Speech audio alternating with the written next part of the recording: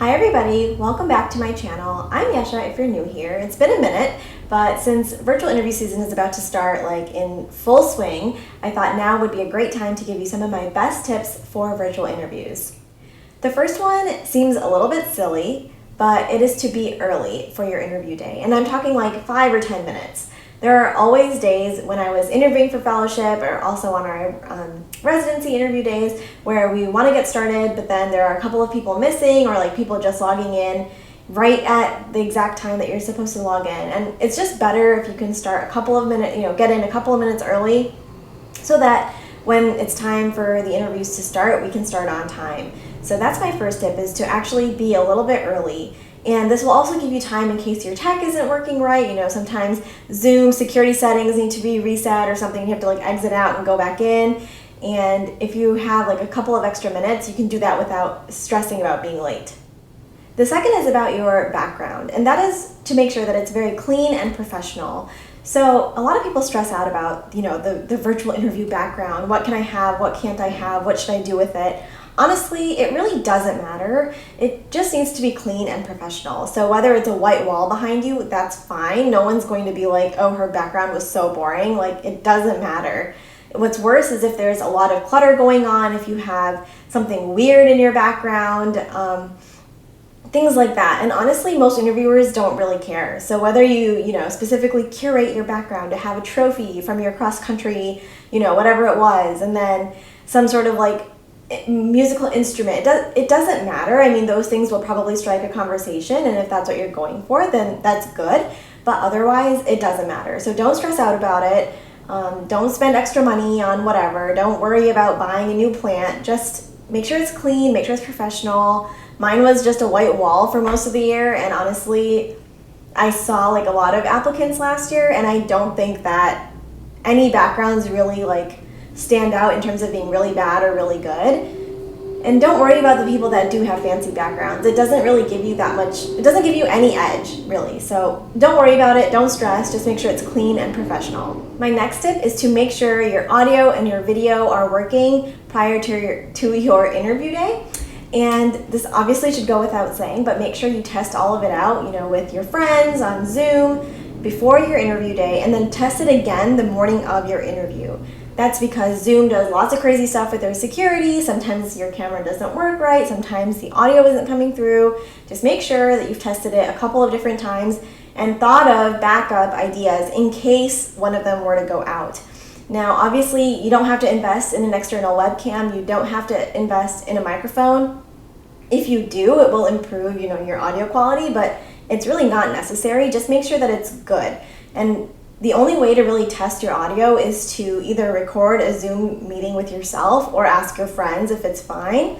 But that's really, you have to test it out, because I have certain webcams that have microphones that totally suck. So just don't let that happen to you. Just make sure that you test it out with your friends and make sure everything is good to go. And just, your computer will probably have an internal camera and microphone, and those are usually fine. So if that's your backup, that's fine. Just make sure that mentally you have a backup, so that in case anything were to go wrong, you know exactly what to turn on next. My fourth tip is to make sure you realize that every single minute of the day is part of your interview day.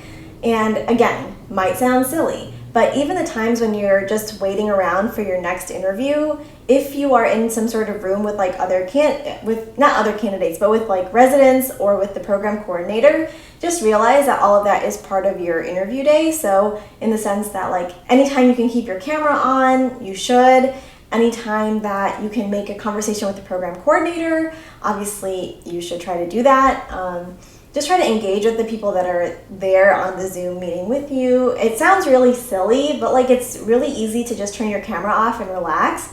And you absolutely should do that if you need to use a restroom or something happens and you need to do it. And I'm not saying you have to keep it on for the entire length of the interview day, but whenever possible, do try to keep your camera on. I think that it's really important, and it will make you stand out if you are the one person who keeps your camera on, talking to the coordinator, things like that.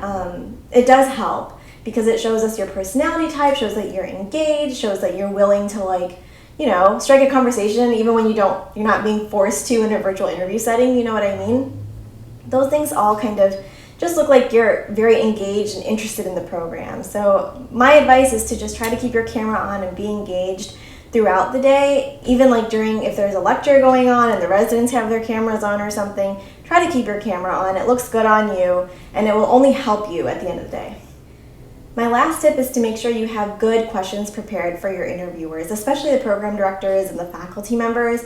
With the residents, you can ask more generic questions and we don't really care, but like with the PD and stuff, you do want to make sure that your questions are pertinent to the program. Don't just ask, generic questions like what is the call schedule, any stuff that you can kind of reuse from program to program. At least make it seem like you have researched the program a little bit. I think that's really important, and it shows again that you're interested. So try to fill all of your interview time. Try to really research the program ahead of time. If you were able to go to the virtual open house that the program had, hopefully you jotted down a couple notes. If the recording's available, you can always like kind of skip through that and see if there was anything that you remember or that interested you specifically that you could ask about. It just looks better to the PDs usually if you have like specific questions about the program rather than, just the canned questions that you can reuse for lots of programs. So I would definitely advise filling your time with lots of really well curated questions. It takes a little bit of extra effort, but you'll realize it's really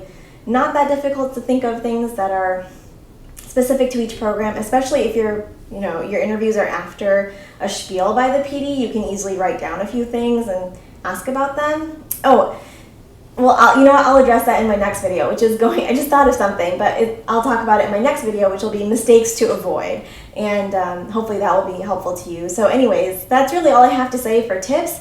You guys have been doing this Zoom thing for, over a year now, so I know everyone is probably over this and knows exactly what to do. So I'm sure this video was probably obvious to most of you. But in any case, I hope it did help someone. And this goes for pretty much all virtual interviews. So if you have any more questions, feel free to reach out, leave a comment. I'll try to get back to you. And I will see you all in the next one. Bye.